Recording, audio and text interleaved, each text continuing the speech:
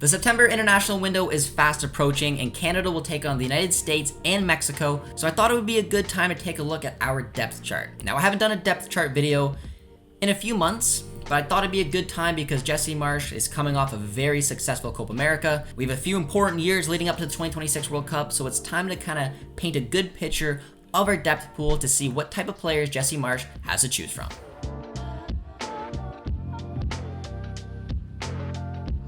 For this depth chart, I've put it in a 4-4-2 system because that's basically what Jesse Marsch has used and what I expect him to use going forward. I have 4 players in each position. I will include dual nationals, but only dual nationals that I really think have a chance featuring within the next year or so. So let's start with the keeper position. The 4 keepers I have gone with are Maxime Crépeau, Dane St. Clair, Jonathan Sirois, and Tom McGill. There's nothing too crazy about this list. I rate Sirois ahead of McGill, but I would love to include Owen Goodman in this depth chart somewhere. He's a dual national. He's eligible for Nigeria, England, and Canada. He's on the books at Crystal Palace, 20 years old. I know he's playing in League 2, but I mean, considering he's 4 years younger than McGill, I'd rather call him up for the upcoming window, for example, or even sometime in the next year. But right now, there's no indication that he will commit to Canada, so for the time being, I will leave him off the depth chart. Moving along now to the right back position, my 4 right backs are Alistair Johnston, Richie Laryea, Shaquille Marshall-Rutty, and Kobe Franklin. I left off a player like Dom Zator because I just would rather go with some younger players, a little bit more upside to them, and I wouldn't mind seeing, some experimentation from Jesse Marsch where we get to see a young Marshall-Rutty or Kobe Franklin going forward. Next up, we have the right center back position. I have Moise Bombito, Luc de Fougerolles, Joel Waterman, and Lucas McNaughton. I know McNaughton's been injured for a while. There are a few other options, but I do think once he gets back healthy, he could be a good option going forward. I know Dom Zator could actually potentially move into that center back position, which I wouldn't mind, but for the most part, I think that the right side is pretty straightforward. Joel Waterman can maybe bounce up and down that depth chart, but considering we saw minutes given to a Luc de Fougerolles at Copa America, I think his stock is only going to go up. For the left-sided center backs, I have Derek Cornelius, Kamal Miller, Scott Kennedy, and Zach McGraw. Scott Kennedy is a very interesting one to me. I do think Jesse Marsch will test him out, considering he's a very fast center back, pretty decent with the ball at his feet. I really do think he could be a solid center back to test out Jesse Marsch's high line. He's playing in an okay league as well in Austria, and he's one of those kind of wildcard players that I could see getting a look in the near future. Next up, we have the left back position where I have Alphonso Davies there. I don't really know where Davies will play going forward with Jesse Marsch, but I do kind of want to see him stay in the left back role.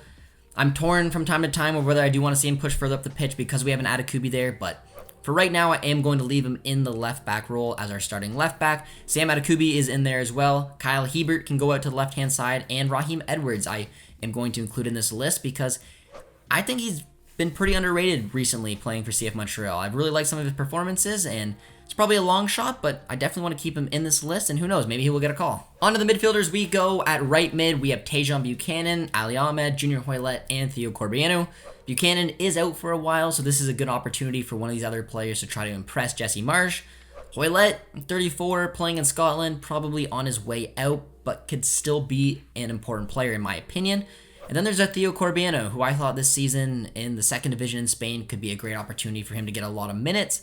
Doesn't really look like he's going to be a starter right away, so he's got some work to do, but he's definitely a raw player and definitely a player I want to continue to keep on this list. Next up, we have our defensive midfielders, and I have Stefan Eustachio, Nico Seeger, Samuel Piette, and Victor Laturi. It looks like Jesse Marsch has recruited his very first dual national, and it's in a position of need. I know that Seeger can play as a right back, but we desperately need him as a 6, and I do believe that's his best position anyway, so this really works out. It was reported on the HNS website that Seeger filed his one-time switch to Canada, and Joshua Cloak put out a report stating that Canada already have his debut lined up in the October window. He won't be included in the September window because he's nursing an injury. However, he will join up with the camp to meet the players and the coaches. Moving on to our central midfielders, we have Ismail Kone, Mathieu Chouanière, Jonathan Osorio, and Nathan Saliba. Obviously, Ali Ahmed can slide in there as well. We do have some decent depth.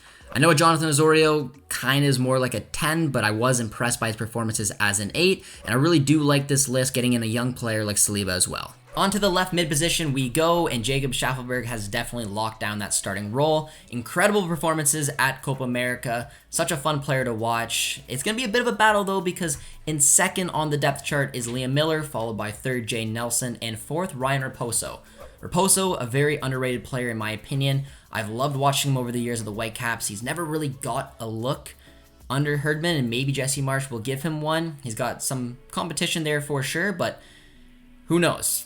Maybe a future Camp Poutine, some opportunity for him to maybe get a look, but I definitely do think that at some point we will see him rock the Maple Leaf. Finally, we have our strikers, and we do have a lot of depth in this position. For the right-sided strikers, I have Kyle Larin, Ike Ugbo, Theo Bair, and Promise David. For the left-sided strikers, I have Jonathan David, Taniel Oasi, Jason Russell-Rowe, and Charles Andreas Brim. I know that Ugbo didn't play at Copa America and he rejected that opportunity. No one really knows what the entire situation all entailed, but regardless, I do really want him to have a long-term Canadian future. He just got to move back to Sheffield Wednesday. He's going to be happy there. He's going to hopefully get back to form, and he can push a striker like Kyle Larin, as well as Tanny and some others. Our striker depth is honestly really strong. Now, to shout out some dual nationals that I didn't mention because I'm just not entirely sure when they will represent Canada, we have Daniel Jebison, who just moved to the Premier League with Bournemouth. He now just got a loan move to the championship with Watford. I really like that move for him. I'm just not convinced that he'll represent Canada quite yet. We have Mo Farsi, which this may be the final time I mention him because I put out a report a few months ago stating that Farsi was looking to do that one-time switch. There was no issues in doing so, and his heart was set on Algeria. A new report recently dropped stating that he did in fact file that one-time switch, and he will no longer be eligible for Canada. Luka Kolyosho is a big dual national, but unfortunately I just don't think we're going to get him. He's eligible for Canada, the United States, Nigeria, and Italy. And there's rumors out there that Italy are contemplating whether to call him up for the September window. And I just think regardless, he will at some point represent Italy, and I just don't have a lot of hope. A player I am very hopeful for, though, is Santiago Lopez, as it's being reported that he will be included in the Canada roster for the September window. Probably as a training player, though, similar to what Marsch did with Zdarsky, but I love it. He gets to come with this team, he gets to meet Jonathan David, Alphonso Davies, talk with the players, talk with the coaches, give him a look at what it's like to be with this Canadian squad. He was such a talented player. I want him to represent Canada. We saw what he can do at the U20 level, and he's definitely one for the future. The final player I will touch on today is Ryan Gauld, the ultimate wild card. It looked like he would become eligible for Canada shortly after the 2026 World Cup. There are some theories on how to get him eligible before that, but right now it doesn't look like it will matter because it's being reported that he will finally receive his Scotland call-up, which means that he will no longer be eligible to represent Canada. That is my August 2024 Canada depth chart. Let me know down in the comment section if you agree with it, if you would like to remove some players, add some players. I definitely want to hear your feedback. And as always, if you enjoyed this episode, be sure to drop a like, drop a sub, and we'll see you guys soon. Cheers, friends.